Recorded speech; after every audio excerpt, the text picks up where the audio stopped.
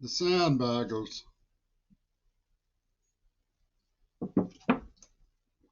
feel no need to defend themselves from my representation of what happened. I'll explain why they don't feel the need to defend themselves. It's because their alibi is so cushy. True, these favored morons of alternative media have established a party line of sorts and a myriad of remorses concerning the nightmare weaselry visited upon Gaza. But they don't check their premises.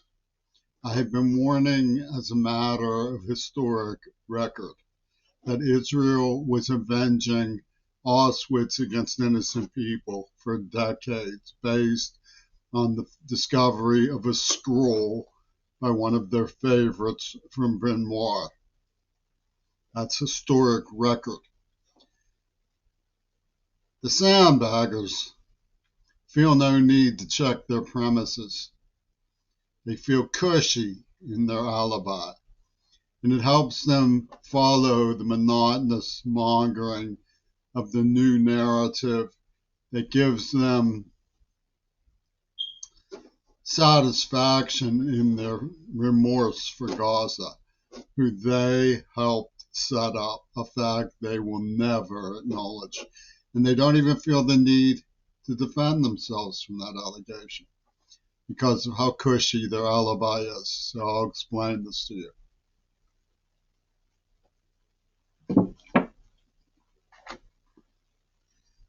As everyone knows, and no one is willing to admit, I was set up as a laughing stock in a script about John Lennon, which was written by Israelis.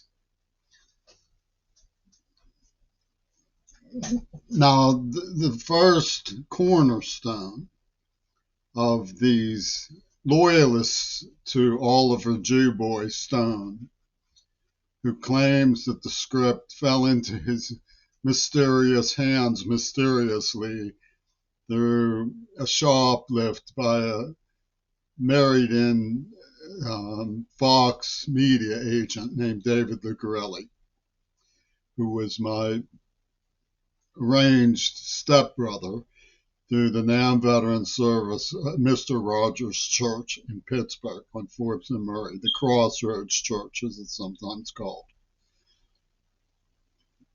Oliver Jewboy pilfered a script he already knew about, but the Sandbaggers claim he discovered them. Now, the Sandbaggers have another cornerstone. They say that it's a bounty for John Lennon, so discretion is necessary for the game of getting the payola for solving the mystery of the whodunit.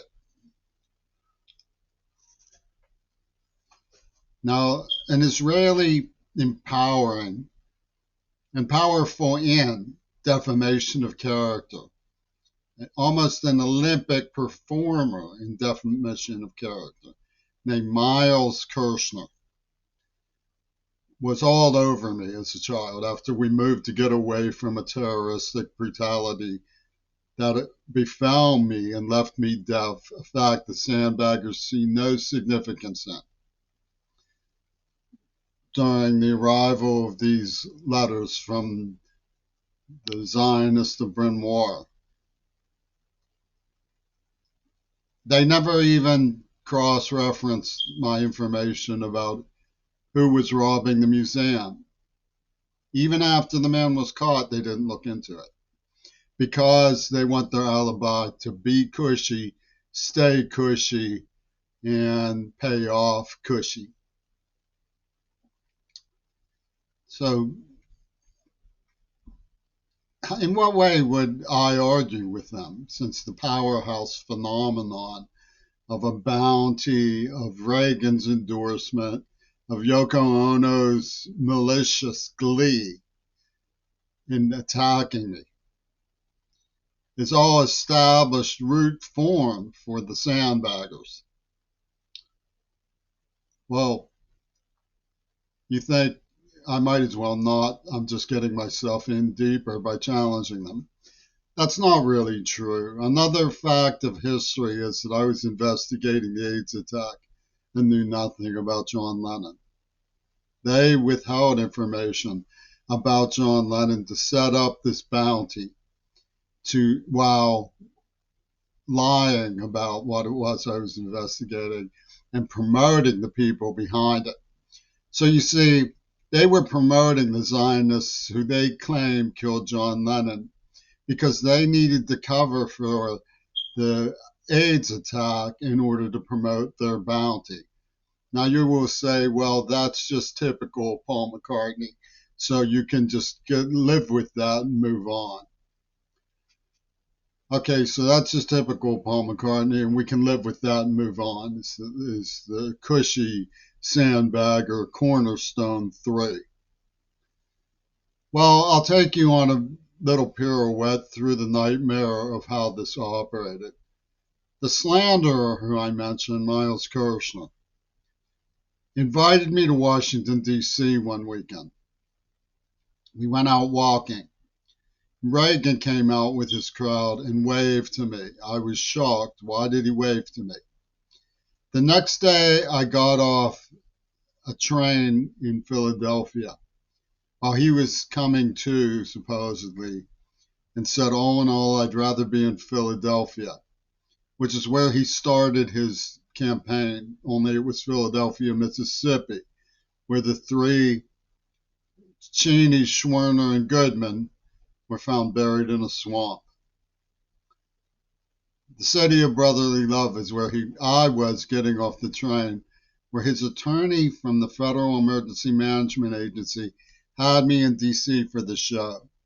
His brochure reads, there's no such thing as objective reality, only what the jury believes.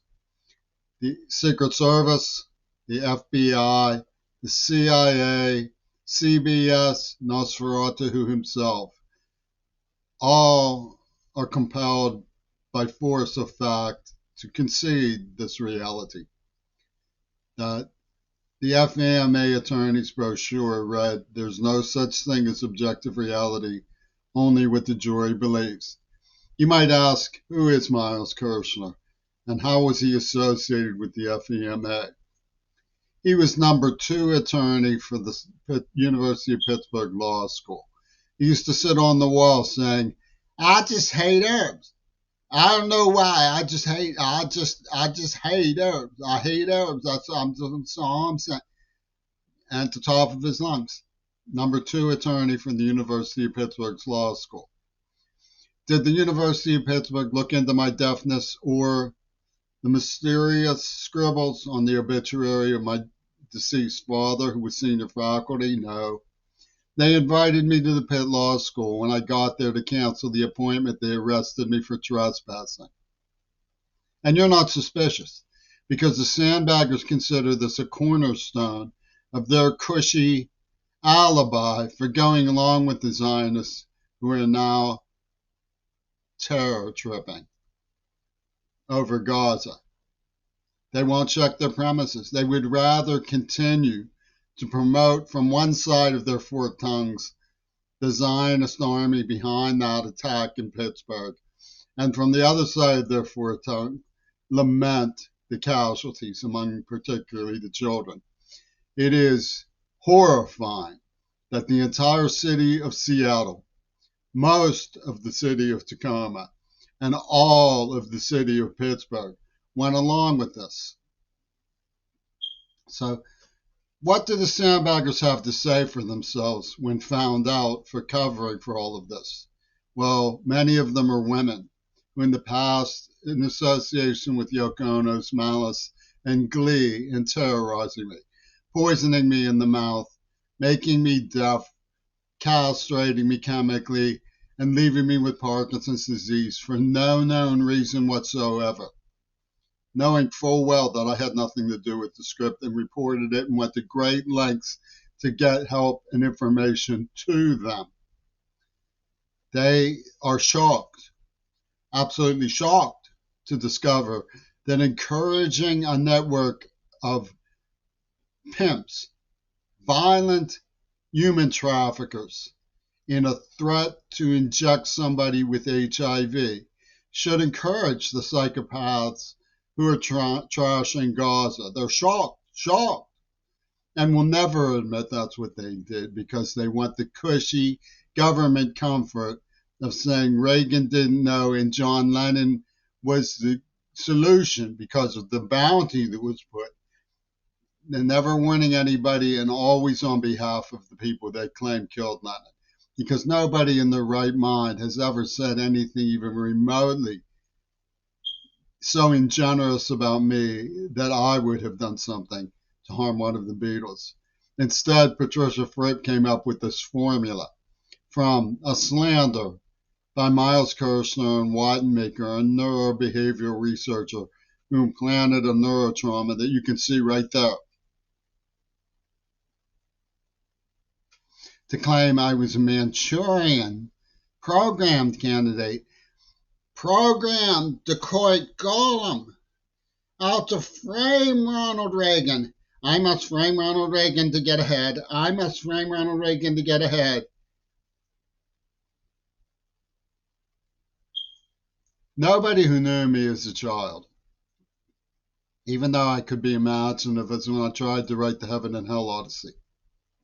And even though I could write poetry, which I still love and do, would ever be able to keep a straight face saying that all of that came from my imagination.